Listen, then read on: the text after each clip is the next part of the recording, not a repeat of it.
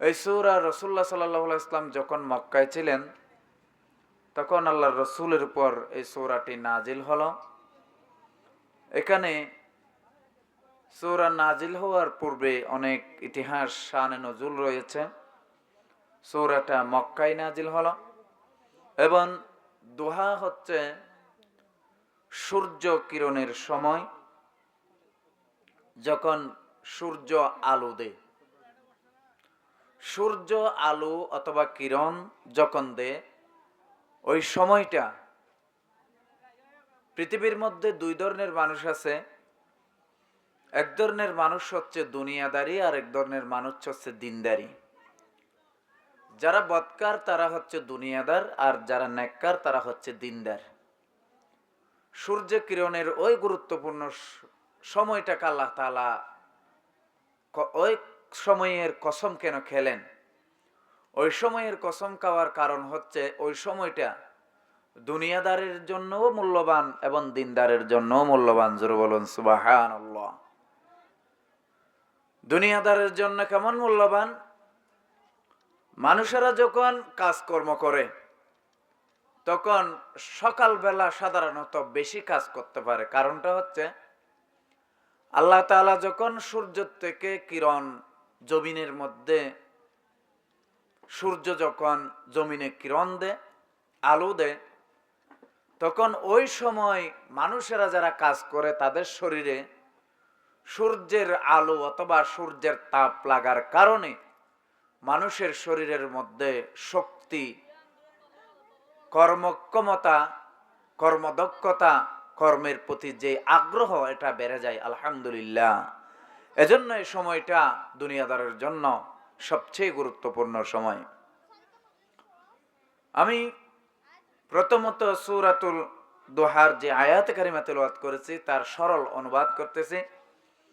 ওয়াদ-দুহা, আল্লাহ তাআলা শপথ দিয়ে বলতেছেন দুহার সময়ের শপথ, শাআসতের শপথ এবং সূর্য কিরণ দেয় ওই সময়ের শপথ। এটা গুরুত্বপূর্ণ একটা সময়। ওয়াল-লাইলি ইযা সাজা, এবং রাতের শপথ যখন তার অন্ধকার গভীর হয়। এই রাতকে বলা হয় রাতের তৃতীয় ভাগের শেষ ভাগ, তৃতীয়াংশের শেষাংশ। এই দুইটা সময়ের শপথ দিয়ে আল্লাহ তাআলা বললেন, মা ওয়াদ্দাআকা রাব্বুকা ওয়া মা ক্বালা।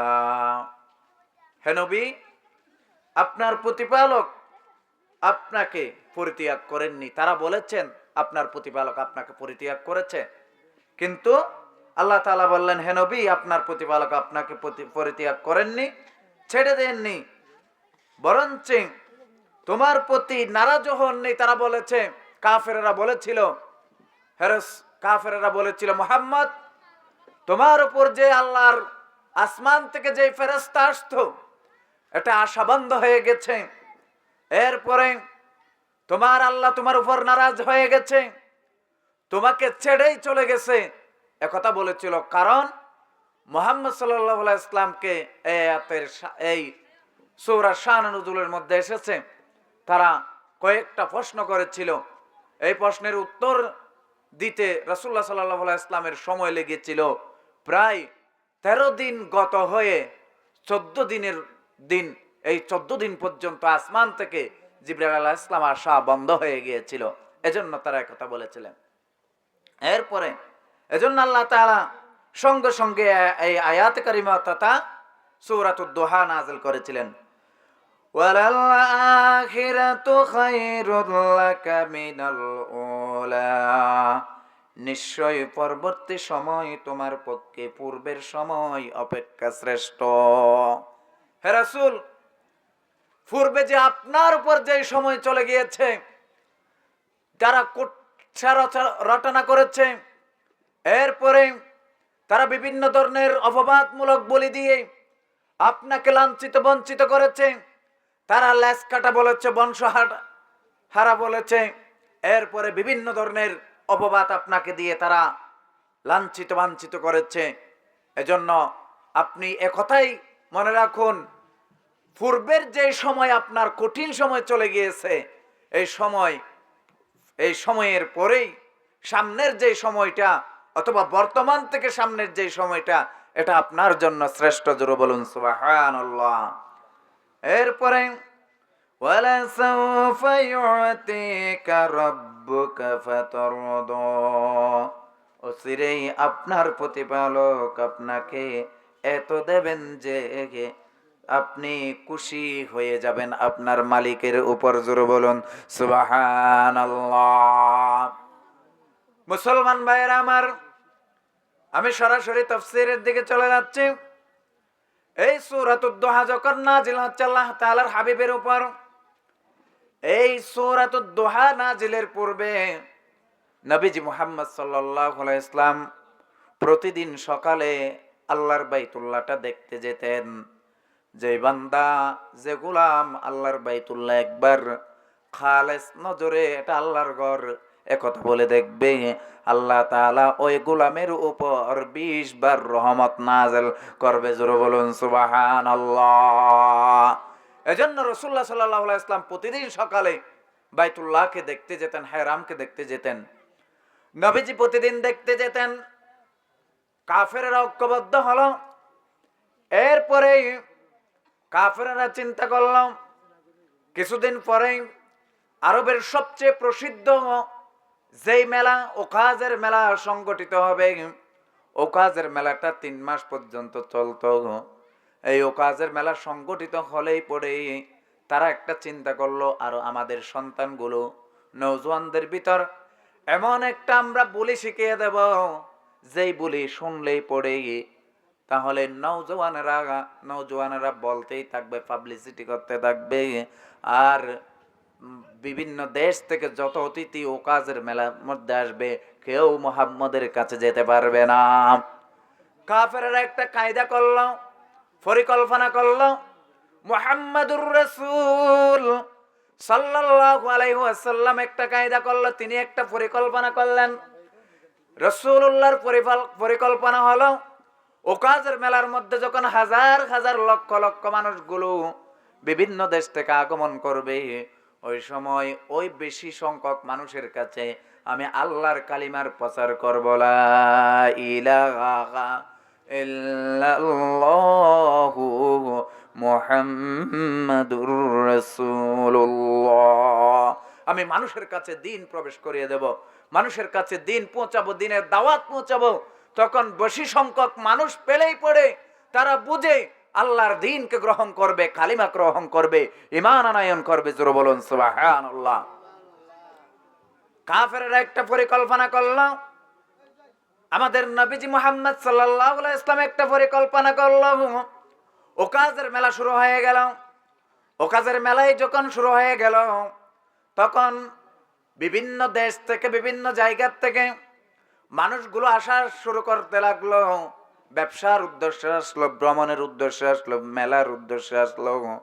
তখন আরবের অলিতে গলিতে, বাক্কা শহরের অলিতে গলিতে যখন মানুষগুলো হাঁটাহাঁটি করতেছে, তখন একদল নওজোয়ান যুবকেরা তারা রাস্তার মাথায় মাথায় দাঁড়িয়ে তারা বলতে লাগলো, হে আরবের ওকাজের মেলার অতিথিবৃন্দ, শোনেন আপনারা, ওই যে এখানে একটা পাগল আছে মুহাম্মদ, আব্দুল্লাহর ছেলে মুহাম্মদ, ওই পাগলের নিকট যদি আপনারা যান, তোমরা যদি সেই পাগলের নিকট যাও, তাহলে পাগল তোমাদেরকে আক্রমণ করবে।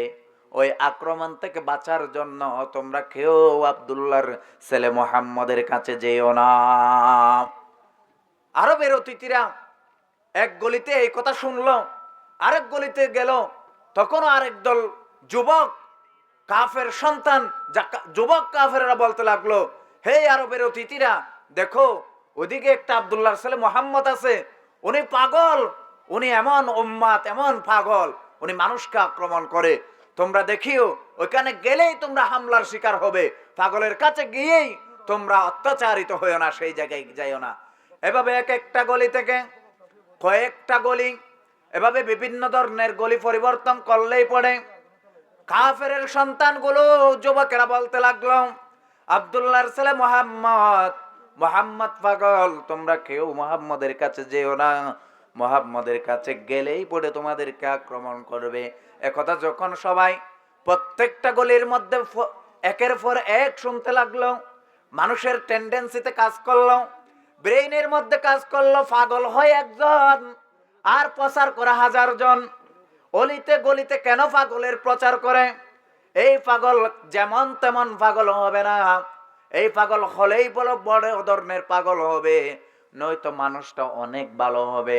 নয়তো আমাদেরকে কেন একজন পাগলের বিরুদ্ধচারণ করে ওই পাগলের থেকে বিরত রাখছে। সুতরাং আমরা দেখলেই বড় পাগল দেখব, ওই পাগলটা আমরা দেখে আসি। জোরে বলুন সুবহানাল্লাহ। যে কোনো একটা জিনিসকে আপনি বাধা সৃষ্টি করলে মানুষের ভিতর ওই জিনিসটা দেখার জন্য আগ্রহটা বেড়ে যায়, ঠিক কিনা? যে কোনো একটা জিনিস আপনাকে বাধা সৃষ্টি করলো, ওই দিকে যেও না, একথা বললে ওদিকে কেন যেতে দিচ্ছে না, তখন তার ভিতরে একটা আরো অনুপ্রেরণা, আরো আগ্রহ, আরো আকাঙ্ক্ষা, আরো আশা জেগে যায়। সেজন্য আব্দুল্লাহর ছেলে মুহাম্মাদের সাথে তারা যখন সাক্ষাৎ করতে দিল না, তাদের ভিতরে একটা টেন্ডেন্সি, একটা ব্রেইনের মধ্যে সজাগ ব্রেইন সৃষ্টি হলো। তারা চিন্তা করলো পাগল হলে এটা যেমন তেমন পাগল হবে না, তাকে একটু আমরা দেখে আসি। একদল গিয়ে আব্দুল্লাহর ছেলে মুহাম্মদের কাছে গেল, দেখতেই পেল মুহাম্মদুর রাসূল সাল্লাল্লাহু আলাইহি ওয়াসাল্লাম মানুষদেরকে দ্বীনের তালিম দিচ্ছে, সাহাবায়ে একরামদেরকে দ্বীনের তালিম দিচ্ছে। কি সুন্দর চেহারা, কি সুন্দর মালায়েম কথা, নরম নরম কোমল কোমল কথা বলে বলে মানুষদের সাথে কথোপকথন করতেছে। এমত অবস্থায় ওই আগন্তুক ব্যক্তিগুলো এসেই বলল, আহারে এমন একজন সুন্দর মানুষ, এমন সুন্দর কথা বলে, এমন মানুষের সাথে কেন তারা আমাদেরকে দেখা না করতে নিষেধ করেছে? তারা সবাই ঐক্যবদ্ধ হয়ে এমন একজন সুন্দর মানুষের কাছে আমাদেরকে কেন প্রতিবন্ধকতা সৃষ্টি করা হয়েছে? রাসূলুল্লাহর কাছে গেলেন, ইয়া রাসূলুল্লাহ, হে আব্দুল্লাহর ছেলে মুহাম্মদ, আপনার বিরুদ্ধচারণ করে কেন মানুষগুলো আমাদেরকে আপনার কাছে আসতে দিল না? আমরা বুঝতেই পারলাম না। আর আপনি কত সুন্দর মানুষ, কত সুন্দর কথা বলেন, আমাদেরকে বলেন আপনার বিরুদ্ধে কেন আপনার আত্মীয় স্বজন, আপনার গোষ্ঠী ষষ্ঠী প্রতিবেশী, আপনার ফাটাফোটেশি যারা আছে, তারা কেন আপনার বিরুদ্ধচারণ করতেছেন? রাসূলুল্লাহ বললেন, আমার একটাই দোষ, লা ইলাহা ইল্লাল্লাহ, আল্লাহ ছাড়া কোনো ইলাহ নেই, শুধুমাত্র এই কালিমার বাণীটা আমি যখন 40 বছর পর মানুষের কাছে পৌঁছাতে গেলাম, অথবা আমার উপর যখন কোরআন অর্পিত হলো, এই আয়াতগুলো যখন মানুষের কাছে পৌঁছে দিতে লাগলাম, ওই আয়াত তাদের বিরুদ্ধে হচ্ছে। তাদের যেই দেবদেবতা, তারা যে অসংখ্য মুনিবের দেবতা পূজা অর্চনা করত, এগুলোর বিরুদ্ধ হওয়ার কারণে, তাদের বাপদাদা 14 পুরুষের ইজ্জত সম্মান চলে যাওয়ার কারণে আমার একমাত্র ধর্ম আল্লাহর ধর্ম, লা ইলাহা ইল্লাল্লাহ, আল্লাহ ছাড়া কোনো ইলাহ নেই, এই ধর্মের প্রচার করেছি বলে তারা আমার বিরুদ্ধচারণ করেছে। জোরে বলুন নাউজুবিল্লাহ। তারা বলল, হুজুর আমরা এতক্ষণ পর্যন্ত বুঝতে পারি নাই, আমাদেরকে একটু, আমাদের অন্তরটাকে একটু হাদায়াতের আলো দিয়ে আপনি আপনার মালিকের কাছে আপনি আমাদের জন্য একটু দোয়া করেন, আর আমাদের তকদিরটা একটু খুলে দেন। ইয়া রাসূলুল্লাহ, আমাদের হাতটা দিয়ে আমাদেরকে একটু নতুন ধর্ম কালিমাটা পড়ান। জোরে বলুন সুবহানাল্লাহ, লা ইলাহা ইল্লাল্লাহু মুহাম্মাদুর রাসূলুল্লাহ সাল্লাল্লাহু আলাইহি ওয়াসাল্লাম। ওই একদল ব্যক্তি যখন কালিমা পড়ে, তারা যখন আবার ওকাজের মেলার মধ্যে বিভিন্ন গলির মধ্যে যাওয়া শুরু করলো, হাঁটাহাঁটি করা শুরু করলো, তারা সবাই প্রচার করা শুরু করে দিল, মুহাম্মদ পাগল নয়, মুহাম্মদ কারো ক্ষতি করে নাই, মুহাম্মদ কোনো অপরাধ করে নাই, মুহাম্মদ উম্মাদ নয়, মুহাম্মদ কোন ধরনের পাগল নয়, মজনু নয়। তারা যে প্রচার করতেছে এটা একটা মিথ্যা প্রচার। ও আরবের মানুষেরা, অতিথিরা শোনো, মুহাম্মদ পাগল নয়, মুহাম্মদ একজন সজ্ঞানের মানুষ, সঠিক ধর্মের একজন মালিকের ঘোষণা করে বলেই, একজন মালিকের দ্বীনের দাওয়াত দেই বলে এই আরবের কাফেররা মুহাম্মদকে পাগল বানিয়ে দিয়েছে। জোরে বলুন নাউজুবিল্লাহ। এরাই মুহাম্মদকে পাগল করেছে। নিজের স্বার্থের ক্ষতি হচ্ছে বলে, নিজের বাপদাদা 14 পুরুষের যে ধর্মের ঐতিহ্য রয়েছে, ইতিহাস রয়েছে, এটা ভুলে যাবে বলে, তাদের অতিবাত্য চলে যাবে বলে, তাদের যে ক্ষমতা চলে যাবে বলে, ক্ষমতার মসনদে বসে বসে তারা যে অবৈধ অত্যাচার জাহেলিয়াত চালাচ্ছে, এই অন্ধকারগুলো দূরীভূত হয়ে যাবে বলে, তাদের নেতৃত্ব চলে যাবে বলে আজকে তারা মুহাম্মদের বিরুদ্ধে চারণ করতেছে। জোরে বলুন নাউজুবিল্লাহ।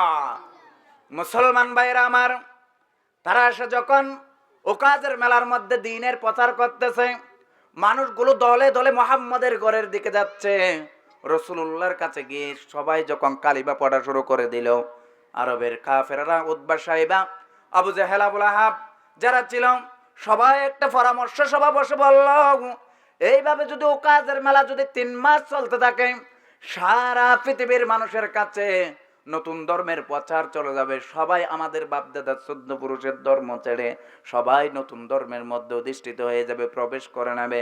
সুতরাং যত তাড়াতাড়ি সম্ভব আমরা এই ওকাজের মেলাটা বন্ধ করে দিই। জোরে বলুন নাউজুবিল্লাহ। মুসলমান ভাইয়েরা আমার, তারা হঠাৎ করে সিদ্ধান্ত দিল ওকাজের মেলা 15 দিনের আর অতিক্রম করতে পারবে না। 15 দিনের মাথায় ওকাজের মেলা বন্ধ করে দিল। ওকাজের মেলা বন্ধ হয়ে গেল। বন্ধ হয়ে যাওয়ার পর তারা আরেকটা পরামর্শ সভা বসলো। ওই পরামর্শ সভার মধ্যে তারা পরামর্শ করল। সেখানে তারা বলল, মুহাম্মদের ধর্মটা এভাবে বন্ধ করা যাবে না। কোনো প্রতিবন্ধকতা, আমাদের এমন কোনো ব্রেন নেই, আমরা যত বন্ধ করতে চাই, যত বাধা সৃষ্টি করতে চাই, তত বেশি ধর্মের প্রচার হয়ে যায়। সুতরাং এই ধর্মে বন্ধ করতে হলে তাদের থেকে একজন বিচক্ষণ ব্যক্তি দাঁড়িয়ে বলল, আমরা যদি মুহাম্মদের ধর্ম বন্ধ করতে চাই, তাহলে মসজিদে নববীর কাছে তৎকালীন সময়ে ইনজিল এবং তাওরাত কিতাবের আলেমেরা রয়েছে, তাদের থেকে সুন্দর পরামর্শ নিয়ে মুহাম্মদের ধর্ম কিভাবে বন্ধ করা যায় সেটা আমরা তাদের থেকে জেনে আসবো। জোরে বলুন নাউজুবিল্লাহ। তাদের একটা দল মসজিদে নববীর কাছে গেল। গিয়ে তারা ইনজিল তাওরাত কিতাবের আলেমদের সাথে দেখা করলো। তারা বলল, আমাদের একজন বাতিজা মুহাম্মদ, আব্দুল্লাহর ছেলে মুহাম্মদ, সেই মুহাম্মদ তিনি একটা নতুন ধর্মের প্রচার করতেছে, আমাদের 14 পুরুষের ধর্মটাকে মুছে দিচ্ছে। আপনারা যদি আমাদেরকে কোনো ধরনের সলিউশন না দেন, কোনো পরামর্শ না দেন, তাহলে কয়েক মাসের মধ্যেই এই পূর্বের আমাদের যেই ধর্মগুলো রয়েছে ওই ধর্মগুলো বন্ধ হয়ে যাবে। সুতরাং আমাদের নেতৃত্ব চলে যাবে, আমাদের ঐতিহ্য চলে যাবে। একথা বলার পর তারা বলল, তাহলে তোমরা আমাদেরকে 1 রাত সময় দাও, আমরা সকালেই বলবো আগামীকালকে। 1 রাত সময় পেল। 1 রাত সময়